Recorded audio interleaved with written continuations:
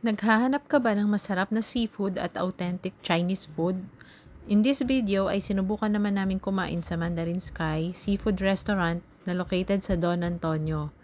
Marami na tayong nakainan na Chinese restaurants, pero ngayon ay silipin naman natin ano yung kakaiba sa Mandarin Sky. If mahilig ka sa live seafood and masasarap na dim sum, ay panoorin mo to hanggang dulo and we will rate Mandarin Sky. So tara, samahan niyo ako.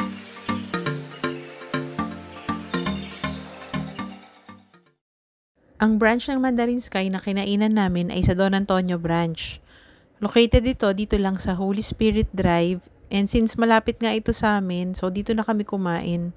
May 4 na branches ang Mandarin Sky, yung ibang branches ay sa Banawe, Caloocan at sa Manila. Medyo mahirap lang ang parking since maraming ang kumakain dahil dinner time. So pagpasok nga namin sa restaurant ay medyo marami nang kumakain at busy rin ang mga crew. Nagandahan ako sa interior ng restaurant nila and cozy din ang atmosphere. Medyo maingay nga lang since marami kasing kumakain. Silipin naman natin ngayon ang kanilang menu. Unang nakita ko ay shark's fin soup and bird's nest soup na iba't ibang varieties and sizes, and sumunod naman is yung sea cucumber and abalone. I forgot to mention na yung foods nila dito comes in small, medium, and large.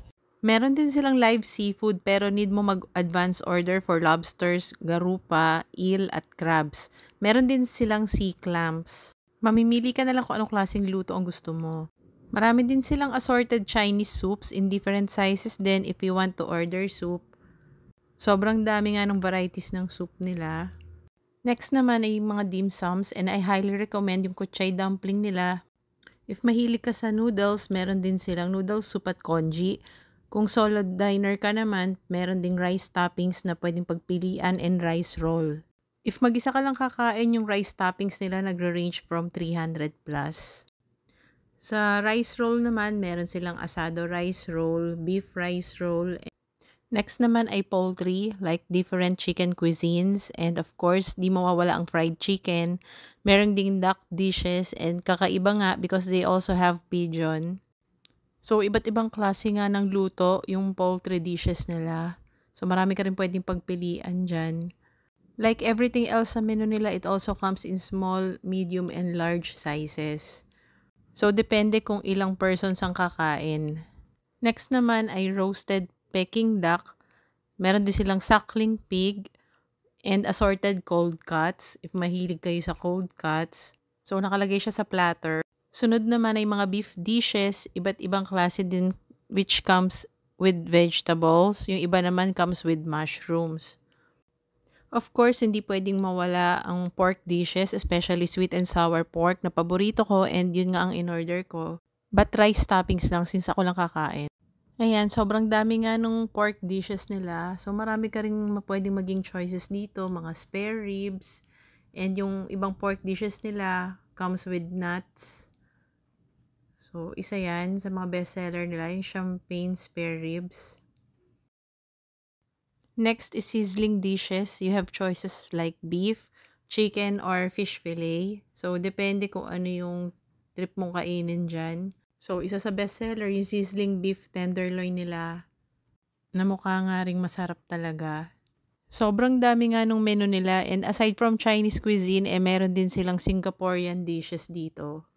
So, if mahilig ka sa mga curries, meron sila niyan sa Singaporean dishes nila.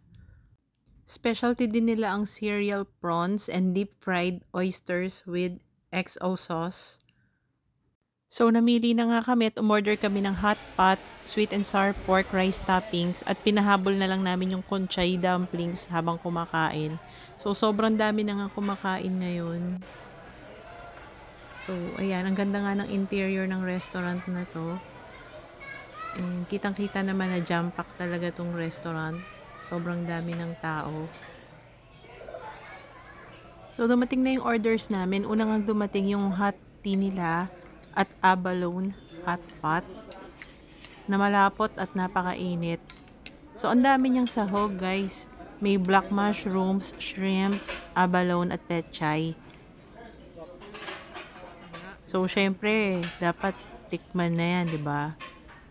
But una ko munang tinry is yung hot tea nila.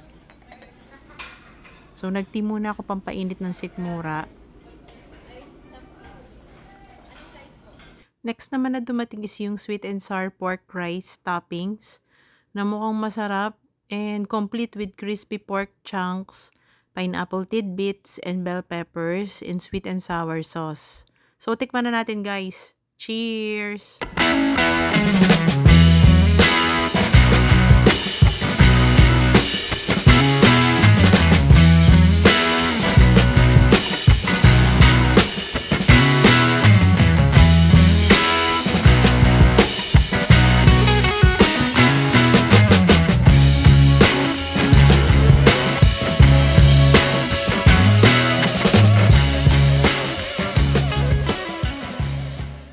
To review Mandarin Sky, I love the atmosphere of the restaurant. It was cozy, the staff were courteous and polite, and service was excellent. The food has generous servings and was delicious, and na-enjoy at nasarapan talaga kami sa lahat ng nakain namin. But later, I will review the kuchay dumplings. For the price, medyo above average, but it's really worth it considering the taste and quality of the food. So, if I will rate Mandarin Sky, it's 9 out of 10. So, inaantay pa rin nga namin yung kuchay dumplings. Kaso, sobrang late na rin talaga niyang dumating. Kaya, ang ginawa namin is tinake out na lang namin siya. And sa bahay na nga lang namin kakainin. So, pagdating sa bahay, gumawa muna ako ng konting sausawan. Soy sauce, calamansi, and chili sauce. So, tikman na natin kung masarap yung dumplings nila. So, binigyan ko rin sila mama. So, tigi-tigisa kami. Ang isang order is 3 pieces. So, makikita nyo napakataba ng dumplings niya and siksik sa laman. Ang daming shrimp sa loob and chives. So, pagkagat ko pa nga lang, talagang ang sobrang sarap niya. And siksik talaga siya sa laman. And maganda yung wrapper niya, hindi siya nadudurog. Freshly made. Sarap. Super. Sarap ng kuchay dumpling na yun. The best na natikman ko sa lahat ng dumplings na natikman ko. Sayang. That is wrong. Song number 7. So, ito nga yung in-order namin sa Mandarin Sky kanina. Hindi na namin kinain doon. So, tinake out na lang namin. Dito namin kinain. Ang grabe, ang sarap. If you like my video, please don't forget to hit like and subscribe to my YouTube channel for more food reviews. Thanks for watching!